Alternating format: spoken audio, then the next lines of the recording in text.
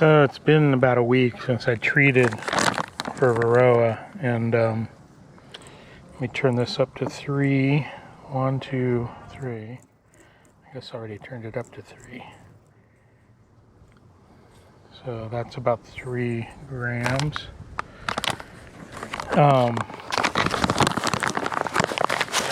Packet full,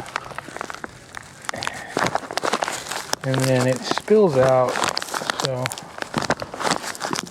I do this, packing it in, and then keep that side up. Put the battery on, as Grandpappy would say. That's got a blink solid. So of course it's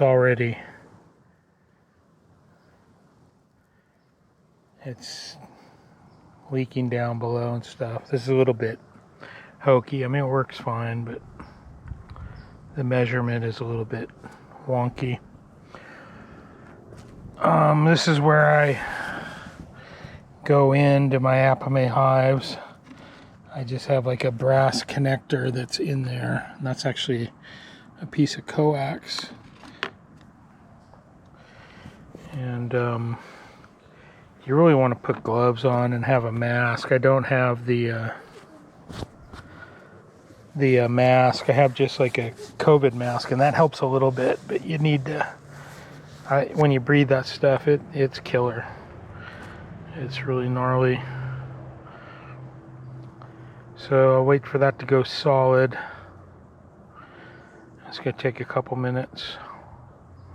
I'll probably cut this out because nobody has any time anymore.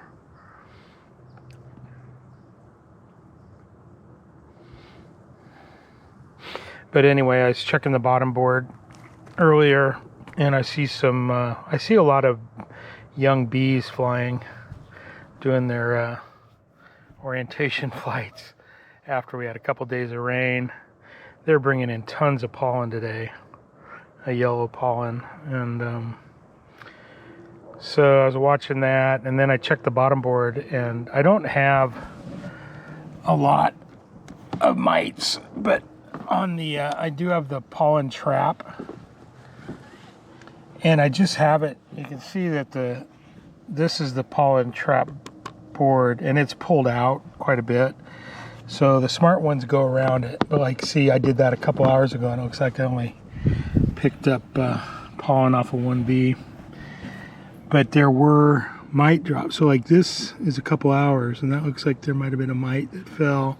That looks like a mite that it has fallen. So they're in there.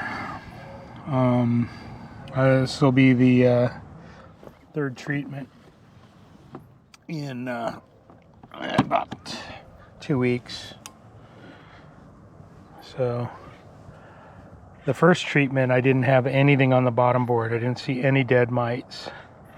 And I'm just like, well, I should do it just because it's it was almost fall. It's the end of August. And now we're September 2nd. And so this will be my third treatment. First one really didn't get much drop at all. Second one I think it was like 6 days ago. And I have seen some drop. I've seen a lot of brood hatching out. So I'm going to hit it again. And then, what I see on the bottom board is going to determine whether I need to do any more. My other hive, I don't have any. I didn't see any Varroa, but I might hit it anyway with 2 grams. This is about 3 grams, although in this thing, it's kind of weird how there's the separator, but it's like down below it as well. I crammed it full of 3 and not much spilled out. Just a little tiny bit right there. So I think this is 3 grams. And so the way I'm doing it is, okay, so it just went solid. I'm going to do this. And then, of course, I got the glove on only one hand. And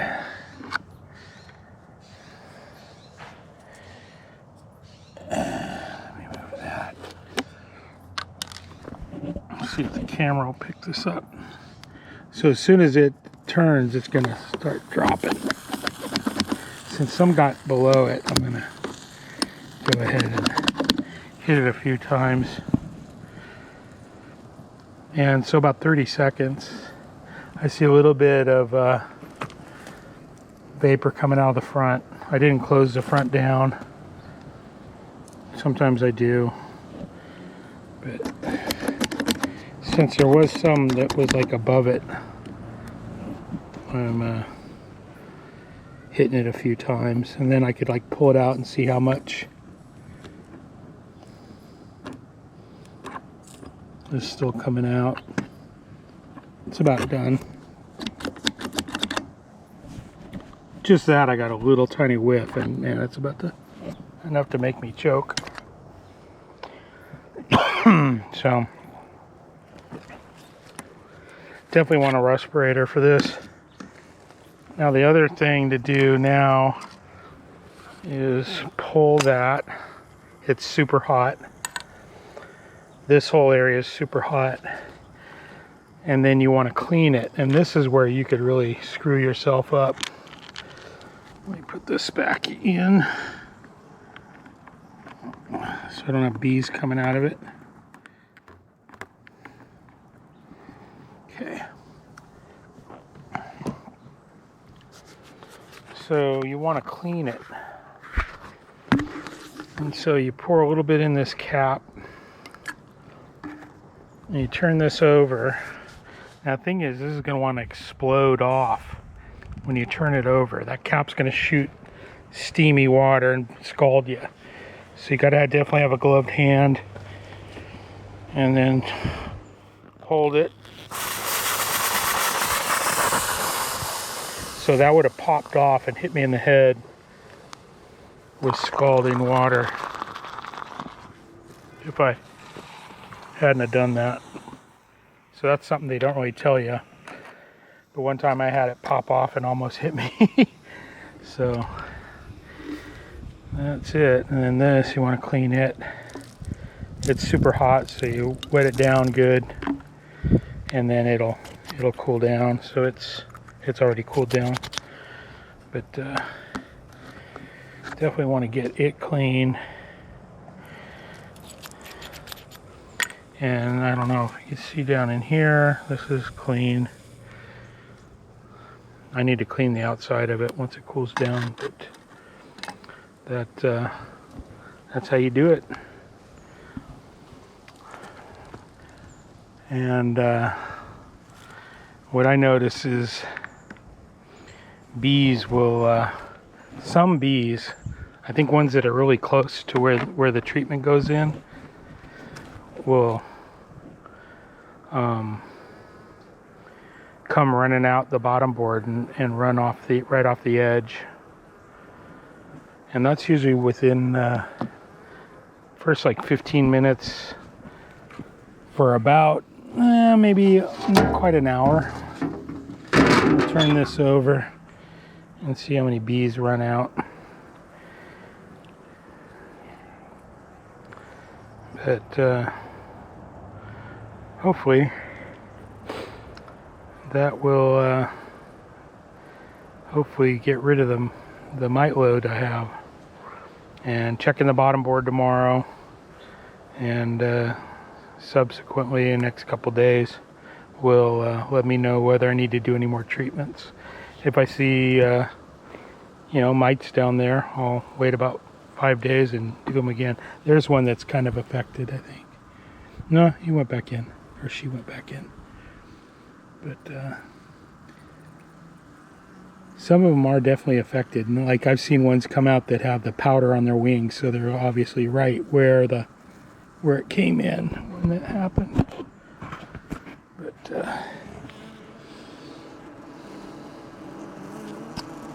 I have this microphone, and you can hear when the thing goes in, you'll hear their wings just go buzzing high speed. They're fanning it, and they do that for I don't know, about a minute, and then they calm down. So it definitely does affect them. and it does cause several to come running out the board and falling right off the bottom board below. I do it usually at night. It's like 6 o'clock. It's still light out. So this is like the earliest I've ever done my hive. Where at night they'll run off, and then I don't know if they make it back. The ones that run off, and like sometimes they'll run off and they'll fly and they'll go from like flower to flower, or leaf to leaf. There's somebody getting dragged out. I did see my first deformed wing that I've seen since June, since I had a Hive Varroa mode load. Oh, I got a bee landing on my head.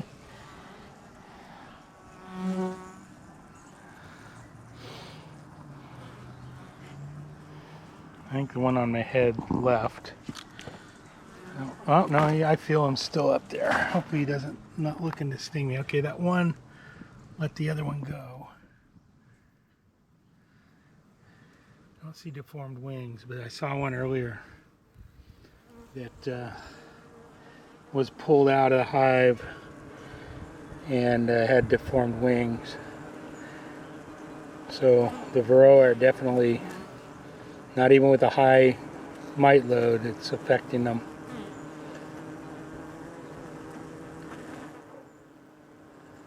Here comes the, that one right there was one that threw that other one out.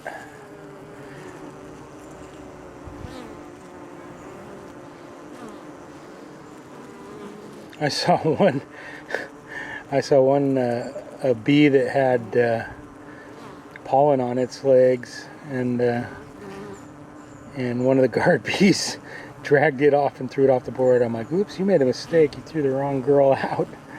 She had a full load, and she got tossed out. I think she got back in.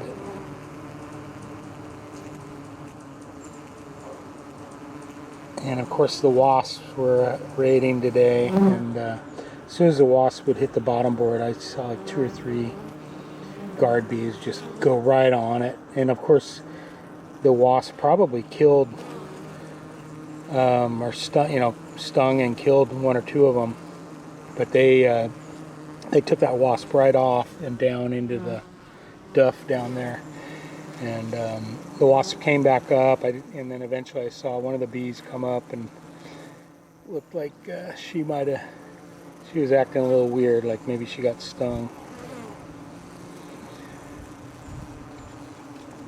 Yeah, I got to keep an eye. The wasps fly really early, so they could wreak havoc before the bees are flying. So far I haven't seen any running off the bottom, but there will be. It happens every time I see some do that.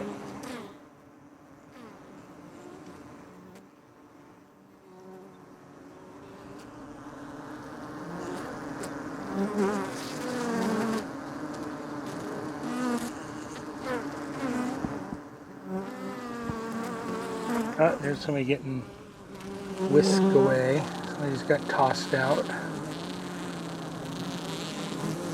A lot of little baby bees hatching out. That's good to see. A lot of pollen coming in, so that's good to see. There's one that's got had a little dust on the wings. Going back in.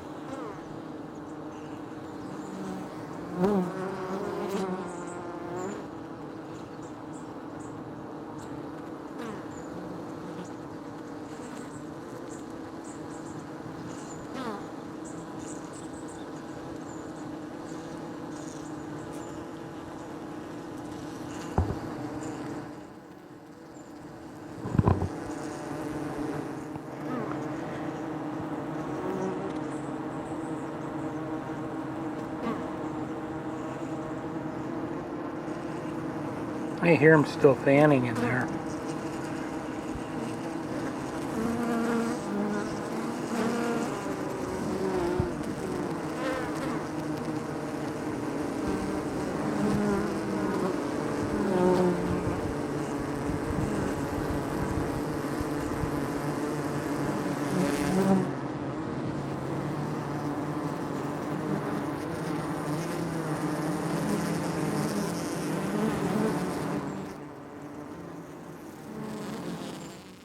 There's some pollen.